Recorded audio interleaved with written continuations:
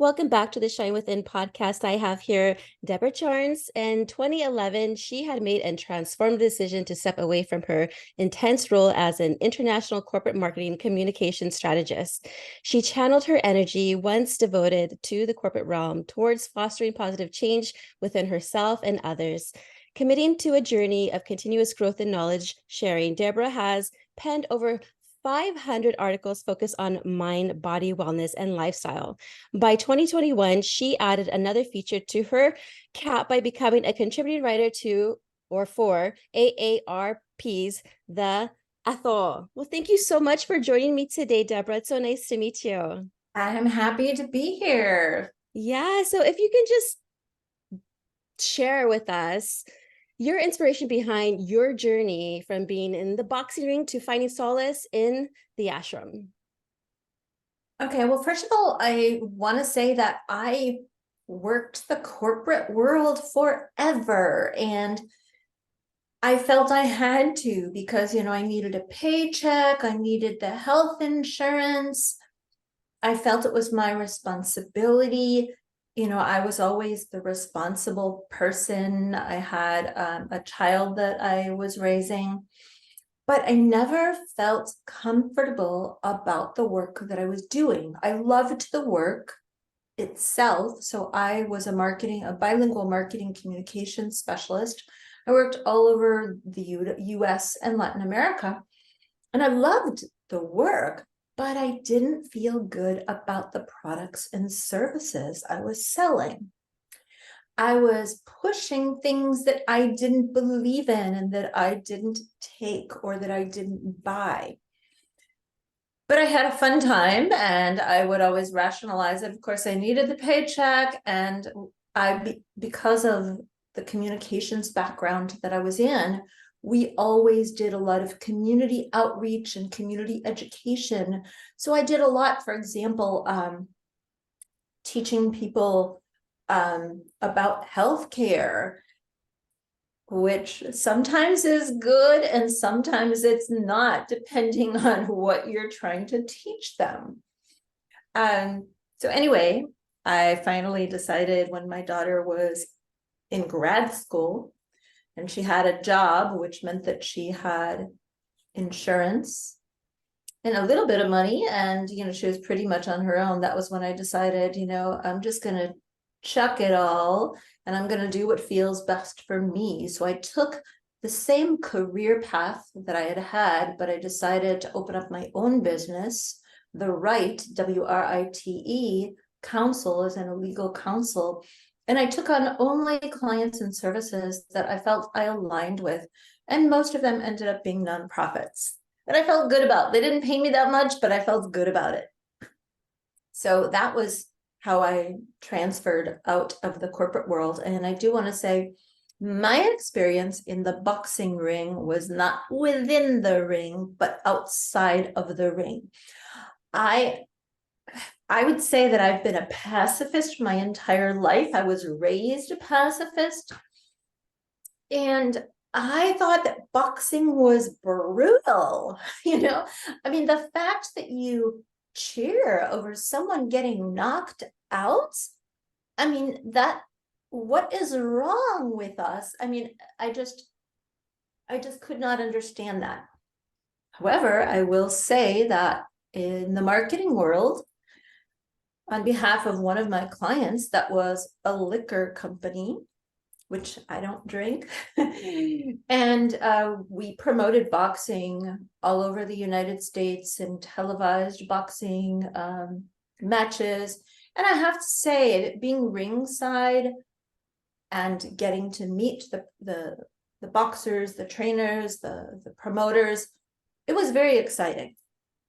But the last chapter in my book is about a friend of mine who was in the boxing ring.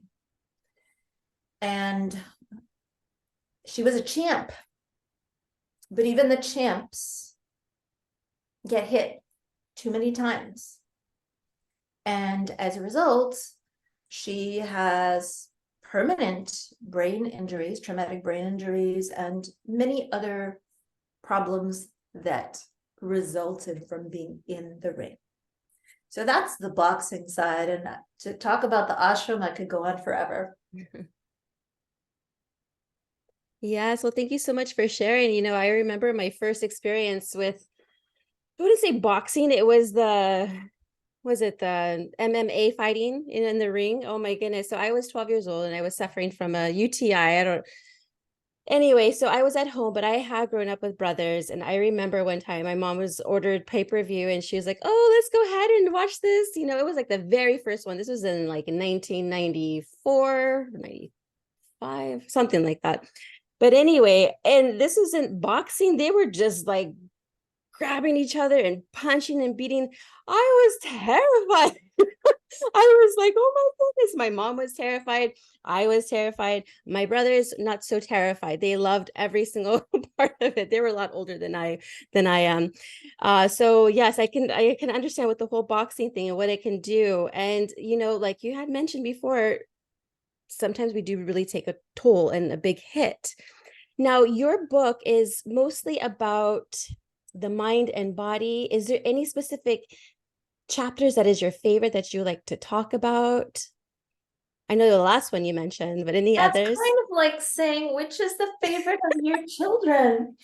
I know, right? Of course, they're all my favorites. And in actuality, my book, each chapter is based on life lessons from a different one of my 12 gurus around the world. I will say that one reader told me when she got to the last chapter that featured the female boxer that she cried, but they were happy tears, and they were tears of release and of cleansing her hurt and what she had gone through. And that chapter actually is all based on gratitude. And I actually was meeting last night, with a woman who is handicapped because of many different diseases, and she's had 15 different operations. She's had one after another issues that she has gone through. And she was saying she asked recently, God, why didn't you take me when she was, in the ICU for a month? And she came out realizing it was because she had more time to spend. She had more time she needed to spend with her children and her grandchildren. And I talked to her a little bit about gratitude practice, and she has that. And no matter what we're going through, we can always find something to be grateful for, even if it's waking up and breathing, waking up. And if you can see, like right now, I'm looking out a window and I see beautiful trees, and those make me happy. And so the concept of gratitude, it's not saying, hey, thanks, I won the lottery. But it's finding deeper things that can make you happy every single day. Yes, because I think we tend to look on the outside for us to be happy. Like you said, winning the lottery, new, consumerism, purchasing things that will try to make us happy, but we really are not, those don't make us happy. We're still never satisfied. Is there any particular wellness practices that you teach that actually have helped many others be more grateful and have discovered what they are more grateful of in their lives? I hope so. I mentioned in my book, From the Boxing Ring to the Ashram, that as part of a gratitude practice that I take to my group yoga classes and to my privates, I have made gratitude cards. And I used to, for the entire month of November and December, give one card to each person, or let them pick a card. And they were quotes from different people like Maya Angelou, and also people from hundreds of years ago. Like I might not pronounce the name right, Descartes. But so again, people throughout time whose names people should know.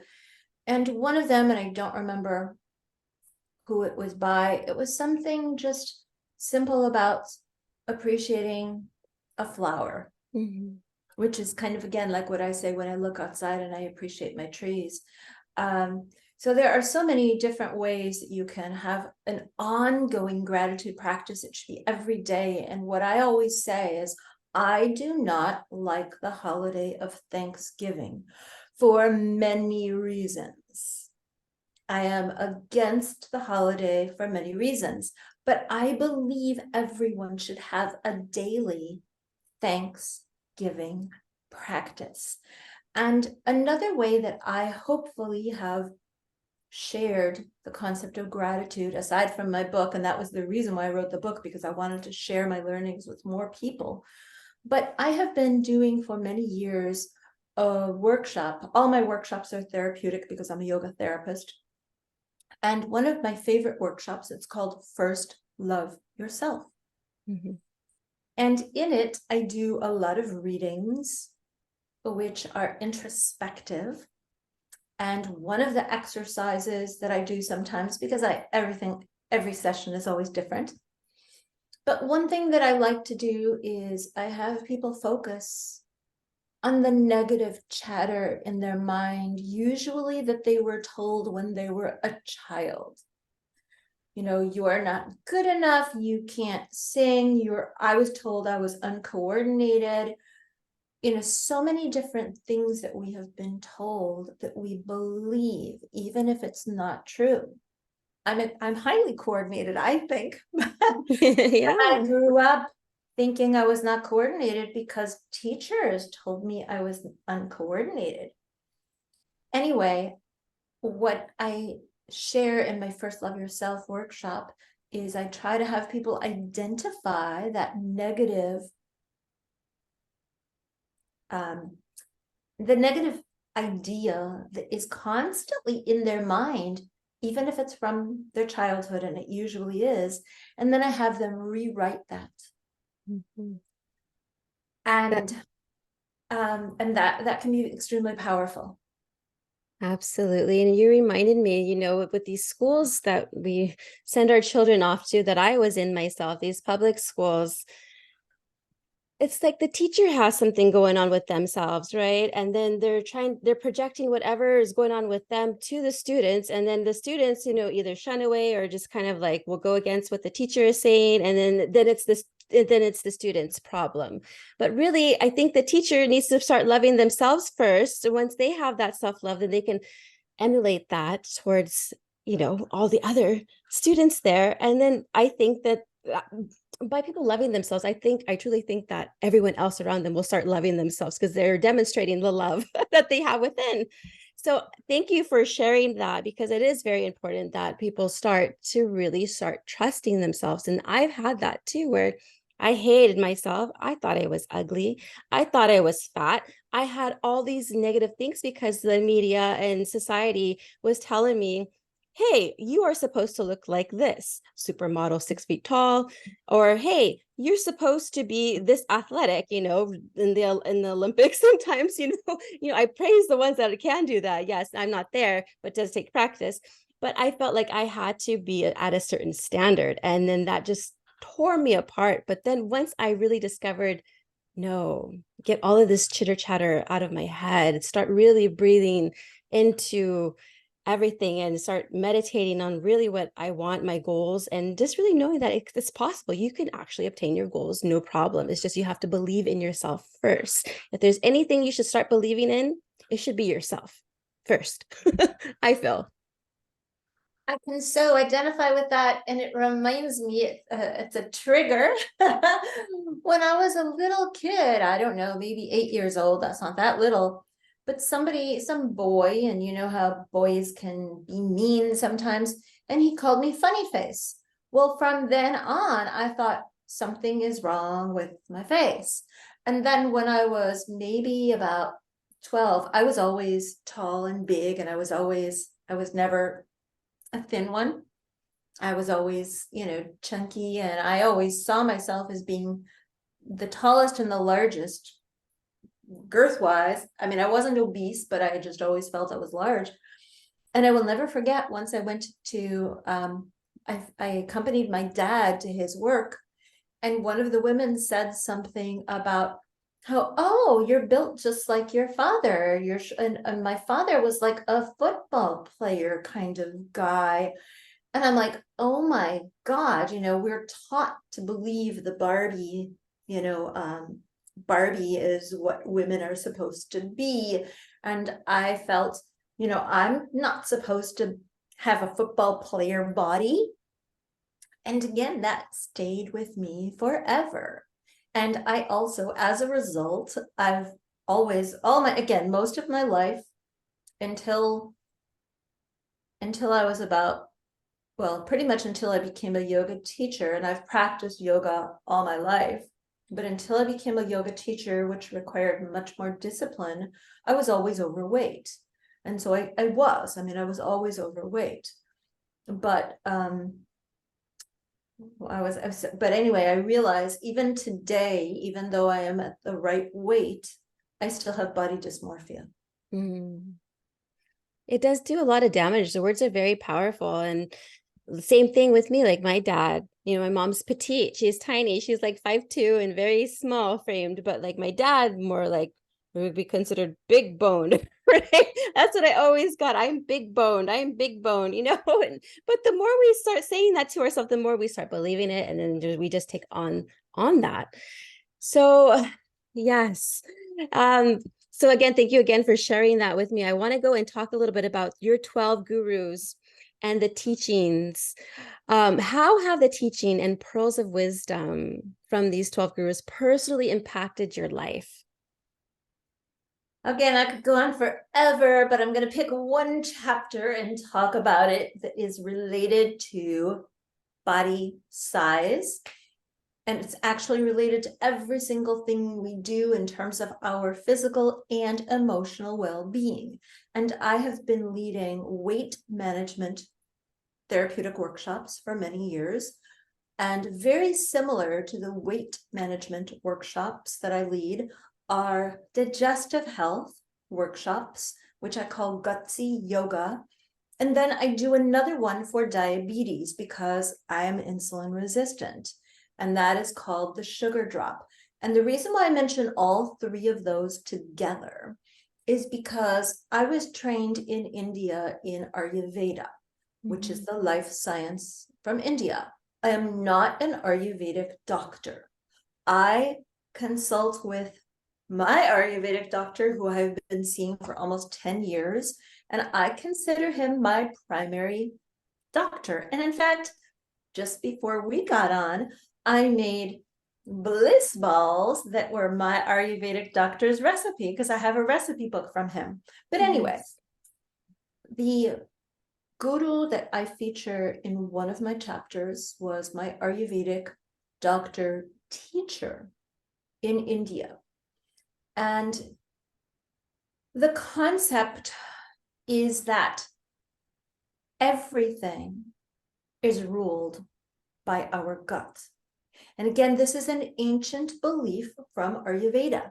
If we do not have proper digestion, we will not have proper blood sugar, we will not have proper weight. But also, they even say things such as Parkinson's, or again, everything they say is related to digestion. I also lead therapeutic workshops in bone health. And there is a huge correlation between digestion or lack of digestion and osteoporosis. So for example, people with celiac and or Crohn's, I can't remember which one, but almost everyone with one of those will have bone density issues because they are not able to absorb the nutrients. And anyway, the bottom line is, from an Ayurvedic standpoint, everything begins with what is called the digestive fire. And we have to have a strong digestive fire for well-being, again, physically and mentally. And what's, I think, so fascinating is, again, this concept is from, thousands of years ago. And now, one of the people that I quote in my book is from University of Southern California. He's a gastroenterologist, and he talks about the gut microbiome. And the entire concept of the gut microbiome is that your gut regulates all of your health, again, including what's up here and what's going on in your emotions. And so I think that's really important. One of the reasons why I wrote the book, and one of the reasons why I became a yoga teacher and then a yoga therapist, is because from the time I was very young, I was diagnosed with a digestive disorder. I will have the digestive disorder all my life, but it doesn't mean that it has to bother me. And of course, I've never taken any drugs for it. One of the things that I do for it, which I did first thing this morning, aside from, my meditation and my breath work, but I drank homemade lemon ginger tea, which is really good for digestion.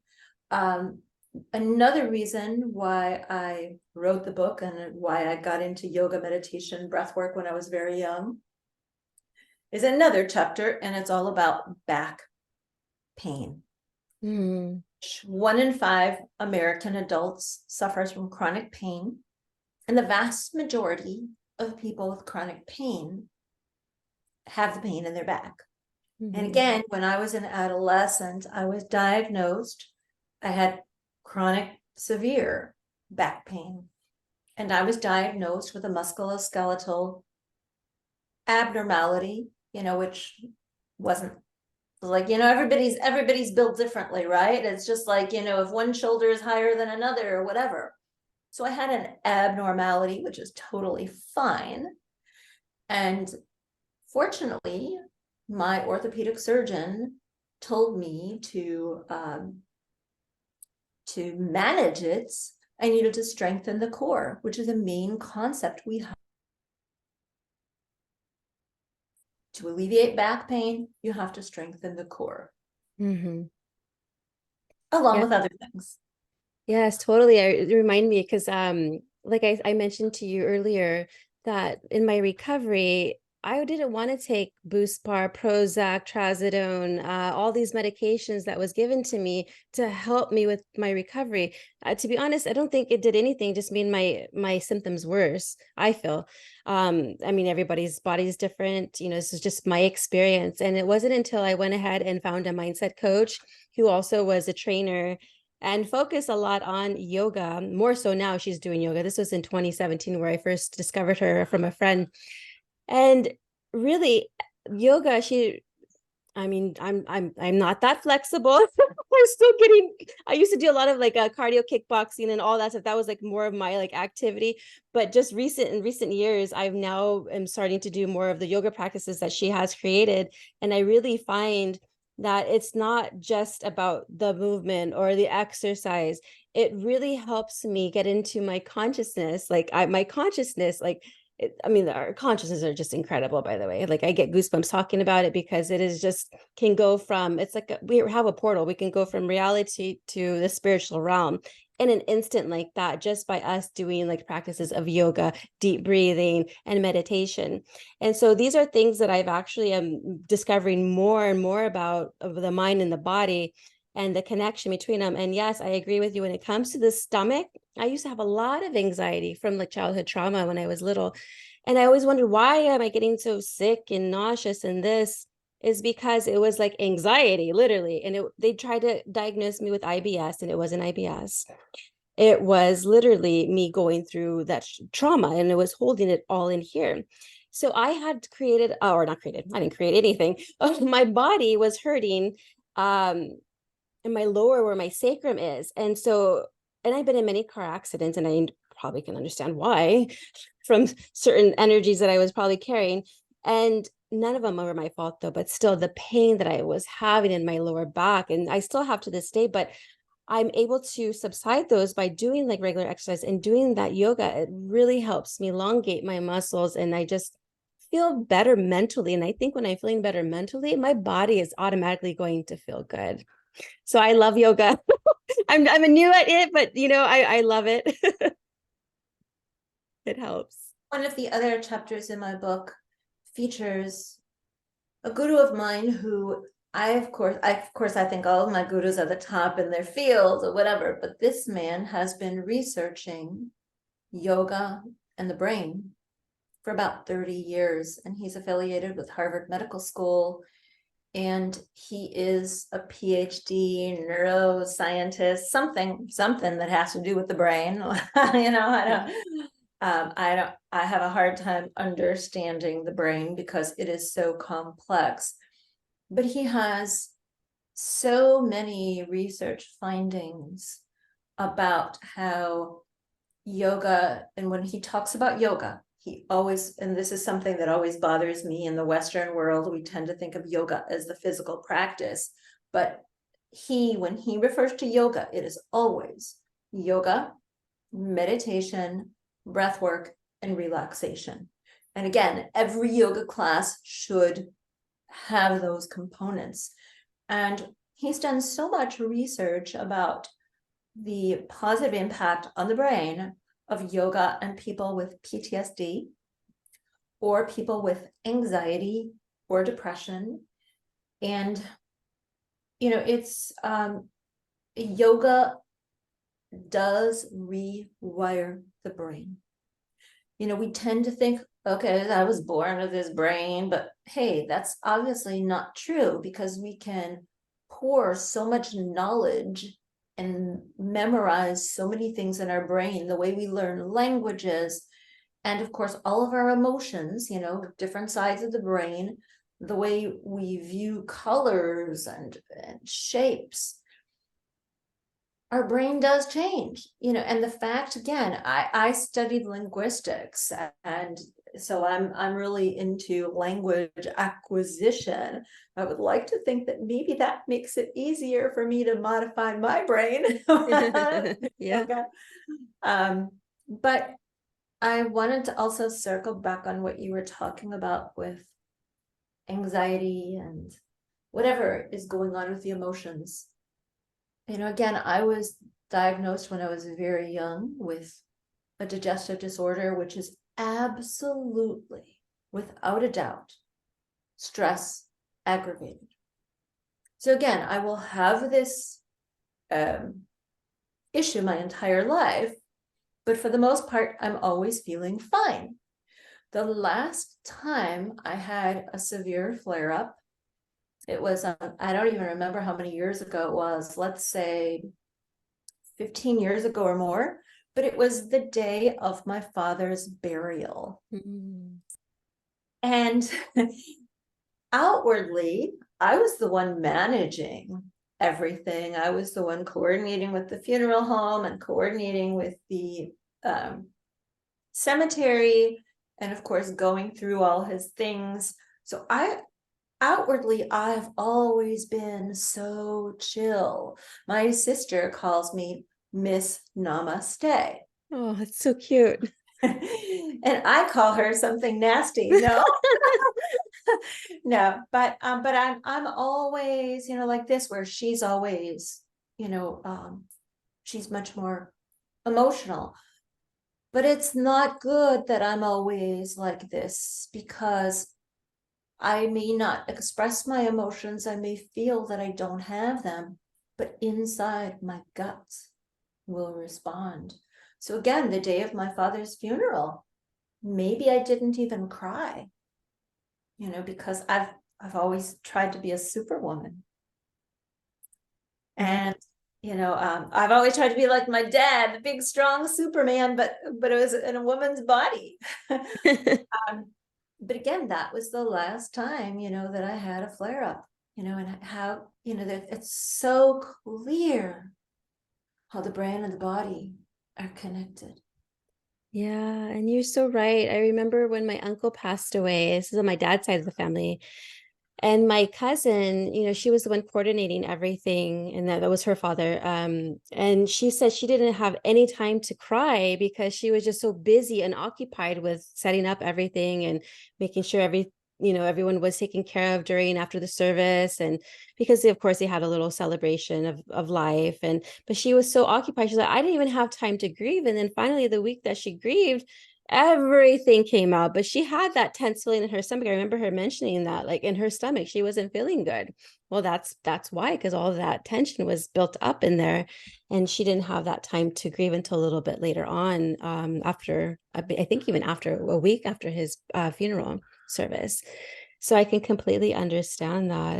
It's difficult. It definitely is. Now, I wanted to ask you a question. Because we were talking about medication, and I was sharing with you that I took a lot of medication. I don't take any medication now. I just take supplements now. But what do you believe is the reason that modern society tends to gravitate towards like pills and quick fixes rather than addressing the root causes, I should say, of alignments? I agree with you 100%, and you basically answered the question. From an Ayurvedic and traditional Chinese medicine perspective, and I've studied both traditional Chinese medicine and Ayurveda. Again, I am not a doctor, but I incorporate many different aspects of both as a yoga therapist. And I always tell people, as a yoga therapist, it's often more about therapy than yoga, because a lot of times we may not do anything physical. But I'm trained in acupressure, and I'm trained, I know a lot about the meridians and all that. And what both traditional Chinese medicine and Ayurveda have in common is it's about going to the root problem, identifying the root problem, and finding the balance to prevent for well-being. So we have to have balance from well-being. And from an Eastern perspective, and again, both Ayurveda and traditional Chinese medicine, we have the elements, the 5 elements. And those elements have to be in balance. And there are many different layers of elements and the balance, because in Ayurveda, it's also very much about, I'll just mention the word guna, which is food. Different food has different gunas. So you want to eat a sattvic diet. In one of the chapters in my book, it's all about a sattvic diet. And another chapter in my book is about a sattvic lifestyle. Sattvic means pure, and it means neutral and balanced, as opposed to the other gunas are kind of, let's just say, like caffeine is one type. It's considered rajasic. The other kind, like alcohol. So in other words, one kind of rattles you, and then the other one depresses you. And all foods have those different traits. And so from a sattvic diet or a sattvic lifestyle, we are supposed to do things that are neutral and calming and pure. And I'm sorry, but I believe most medications are not sattvic because they're doing something to us. We all know that any medication you do somehow alters you.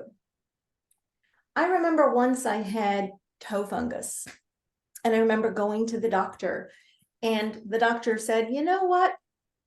The medicine that you need to get rid of it, it's going to ruin your kidneys. And I just used tea tree oil instead, and I treated it with tea tree oil. But my point is that traditional meds are too altering, and they're not going to keep us balanced. I'm 65 years old, and I aside from my 2 childhood diagnoses, I am also insulin resistant, and I take 0 meds. Oh. I manage everything through an Ayurvedic lifestyle. And again, it's about, it does have to do with diet, but it's also what time do you go to bed, and when do you go to bed, and what do you do? And I take no medicine, but I also take no other kinds of drugs, such as alcohol. And, even coffee is considered a drug from an Ayurvedic perspective. So, long story short is some drugs, of course, are necessary. I would never tell somebody not to take drugs when they're necessary. But when my daughter was born 35 years ago, it was in South America, and it had to be a C-section. I went to an acupuncturist to avoid the C-section. And so I've always been interested in integrative health. And anyway, it was a C-section, which today, in today's age, if I had gone to a birthing center, midwife, I'm sure the C-section would not have been necessary. Mm-hmm. But where I was living, hey, that was what they did. But the next morning, because it was like 10 o'clock at night when she was born. And of course, I was like out of it, even though I wasn't given total anesthesia. It was just, the spinal. Mm-hmm. Anyway, I was out of it because I've always been drug free. So, even if back in the day when I was in when I was in college, if I would drink a beer, I would feel out of it. Anyway, so in the morning when I wake up in the hospital, the nurse comes by with all these different pills. Well, what are these? Painkiller. I don't need a painkiller. What do I need a painkiller for? I would rather feel the pain and know what's going on. It's not like it's gonna impede anything. I can deal with pain. And then she had, all these other things. I'm like, I don't need those. But anyway, I'm sorry. I didn't get back to your Oh, that's okay. reinforce what you were saying. Most people want the quick fix. And when I studied Ayurveda in India, my doctor, who is featured in my book, he said, most people want a quick fix. Ayurveda, you have to do it always. You have to always be conscious of what you're doing. And again, as a diabetic, it kills me when I see people who are giving themselves insulin. They're having to shoot themselves up with insulin a couple times a day, and then they eat all sorts of junk. And they are not physically active, but again, they prefer to just give themselves a shot of insulin. Right. And you remind me, because I had gestational diabetes with my second son. And, it was the last month that they said, okay, you have gestational diabetes. And I remember being monitored throughout that month constantly. And then when I went to the hospital, because they wanted to do a C-section because we don't want the child to be too big. And my first son was born vaginally, it wasn't a C-section. And so I was like, okay, I was just going to trust the doctors, right? And what wound up happening is that when they inserted whatever they were to induce my labor or to dilate my cervix faster, I'm sorry. Let me take that back. That was an emergency C-section. Originally, they were going to go ahead and induce me and have him be born earlier because of the gestational diabetes. And so what happened is that they had inserted that thing, and then I was dilated. And when I was dilated, I thought then my water broke. But no, the nurse came and she opened up the blanket like this. She was like freaked out. It was all blood. I was hemorrhaging. My body was reacting to whatever they were inserting in me. And so unfortunately, someone else was in the having a baby in the C-section room. That was like the only room available. And baby was losing oxygen and blood. I was hemorrhaging. So both of us, our lives were at risk. And I was just thinking about wow, what if I was just supposed to be natural, without knowing that I had gestational diabetes? Would they have just had me deliver naturally? Or if they were to insert that in me, that's causing both of our lives to be at risk. Well, what wound up happening is that they put me under. Then I had the C-section, and he was not responding. No oxygen. He had hypoxia. And so poor little baby was in the NICU for a long time. And luckily, miracle, praise God, he was fine, and he's fine to this day. He's going to be 8 next week, actually. So I'm so against these drugs, because I don't know how my body is going to respond. And so that's why I haven't had babies since. I was like, oh no. I'm terrified now. And so I don't know, I just thought I'd share that with you, because we're talking about C-section and babies and medication. But at the same time, it's natural for us to trust the medical practitioner who Right. has studied so much, and we know they're doing what they think is in our best interest. And of course they know so much more than what we know. But my mom used to always say, you don't have to be a cow to know what milk is, or something like that, meaning she knew enough about herself to know what was right for her health. Right. And this goes back to trusting ourselves too. Like we know our bodies best. We should anyway.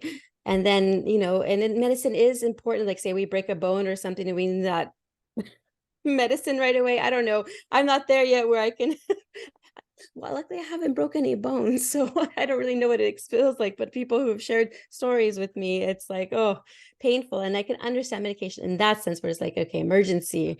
But just overall, like having to take something, it's more like we live in a disease management system here instead of a healthcare system. I feel like it's just about money, and I don't like that. I want it to be where it's like, okay, no, we're so capable of healing ourselves. It's just a practice. And like you said, a nighttime routine where we don't even watch TV at night. Unplug. Why do you need that crap in your head anyway before you go to bed? So things like that. And then waking up and then having a morning routine, gratitude, stretching, yoga practice, breathing, that sets up your day. And I swear I can go on with this conversation forever as well. But I wanted to go ahead and ask you another thing. What's one piece of advice or a simple practice from your book that our listeners can start with today to make a positive change in their own well-being? Well, first of all, as a yoga therapist, I was trained that we have to meet people where they are, which means that everyone is different, and what might be right for you, it may not be right for the person next door. And that's one of the reasons why in my book, the 12 chapters, each chapter gives 5 easy tips and a give it a try section, and everything is meant to be done in 10 minutes a day or less to improve your emotional or physical well-being. And then I also have a 40-day tracker where you can pick and choose. Maybe you start with chapter 6 in terms of a practice, or maybe you continue with chapter 9. So it has to be what you feel you need today. And then 40 days later, what do you need? Maybe you need to continue, or maybe you need something completely different. I obviously do all of them. But one of the things that was the hardest for me to do, you were talking about disconnecting, and you were talking about I got rid of all my televisions 15 years ago, but I still confess that I'm addicted to my cell phone because it's everything for me. And one of the chapters in my book, it actually features a US Air Force rabbi chaplain, and she talks about the concept of Sabbath, and for everyone to practice some kind of a Sabbath, whether it be a digital disconnect or whatever, but taking one day a week for more introspection and for gratitude and for love and for being close with your family. And anyway, I was talking about, we have to meet people where they are. Well, my Ayurvedic doctor many years ago told me you need to disconnect once a week. And I was like, it's not happening. I feel you on that. It's hard. Sorry, I believe you. I love everything you say, but this one's just not for me. And then I don't remember how many years ago I began the practice, and I think it's very important. And so again, that's why I'm saying it has to be when you're ready for each practice. But the simplest of all would be mindfulness, and that's chapter 1. And the idea, I'm using the word mindfulness versus meditation because too often people associate the word meditation with, it's just like I'm going to be quiet for an hour sitting cross-legged on a cushion. And that's great. You can do that. But there's so many other ways that you can be mindful and meditate. And the concept of mindfulness in chapter 1 is it should be from the time you wake up until you go to bed. It should be mindful when you are eating. It should be mindful of the clothes you're wearing and how it feels on your body. You should be mindful of the wind or of the fan that's blowing and the sun on your skin. Simple things like that are mindfulness techniques that you can do all the time. And then there are so many other kinds of mindfulness and meditation practices. Simple breath work. And again, as the concept with my book, it's finding what is right for you. And I like to ask my students that a lot in terms of what is meditative for you. I personally find reading to be very meditative. I also like coloring books. And then I also do a lot of, walks, and I do japa beads, and I do chanting. So I have so many different styles. Other people that I know have said crocheting or needlepoint. There are so many different ways that you can be mindful, and it's all about what feeds your soul. It's so true. But one thing that works for one person may not work for the other. So you really have to really trust yourself and say, okay, what do I love doing? What makes me happy? And one of the things that I used to do was a coloring book. It was those fractals, those geometric patterns and shapes. And I would just color and play some classical music in the background. It could be whatever type of music that any individual would want to hear. Mine was always like classical, and I would color those in. But I found it so soothing, so relaxing, so therapeutic. And my whole state of mind was just so much different than prior to when I was coloring. So I love that. Thank you so much for sharing those tips, because I'm sure our audience is going to go ahead and take one of those and try them at home someday. I just want to mention, one that is like, again, how everybody is different. When I worked the corporate world, working 7 days a week, 80 hours a week, one of my colleagues who had 2 children, she was working just as crazy as I was. And she told me that what was therapeutic for her was cooking and baking. She ended up opening up a side baking business where she would make cakes, like wedding cakes. Oh, wow. To me, I'd be like, oh my God, this is going to stress me out. I can't cook worth a darn, But that was what she found. Wow. Was relaxing for her. Yes, and I can see where she's coming from. Like, I hated baking. I hated cooking because I didn't know how to. But during COVID, when we were stuck at home, that really gave me the opportunity to explore my gifts and what I actually enjoyed. And one of them was actually cooking. And now I love cooking. I'm cooking all the time, new recipes. I'm just like, I get excited. And so I can I can see where it's therapeutic, but I can also then see on the other side where it could be stressful, because sometimes I'd be like, oh, it didn't come out right. My bundt cake, when I turned it over, it flopped and made a mess. But then I recreated something else with that, and it still tastes just as delicious. But thank you so much for coming on my show today. Where can the audience follow you, find your book, find your website? I'm pretty much everywhere. Most of the places where you can find me are my name, Deborah, Deborah, Charnes, Charnes. I have a YouTube channel with my name. I have Instagram with my name, Twitter with my name. Facebook, it's the Right, WRITE Council, and the Namaste, as in Namaste, y'all, Council. And then my website is also deborahcharnes.com. So again, it's, for the most part, it's my name.